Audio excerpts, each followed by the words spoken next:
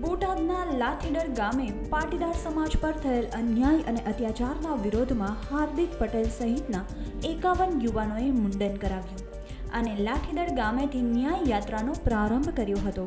આ યાત્રામાં વિશાળ સંખ્યામાં પાટીદાર યુવાનો જોડાયા છે। દુકાને ટકો ન કહેવાય, પરંતુ આ કોઈકના સુવાડા એટલે અમે એવું માનીશું કે સરકારના સુવાડા અમે ઉતાર્યા।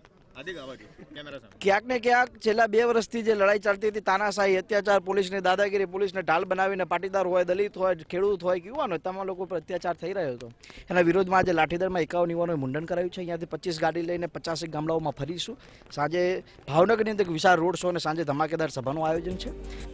મુંડન મામલે હાર્દિકે જણાવ્યું હતું કે અમે ટકા નથી કરાવ્યા, પરંતુ સરકારના સુવાડા ઉતાર્યા છે।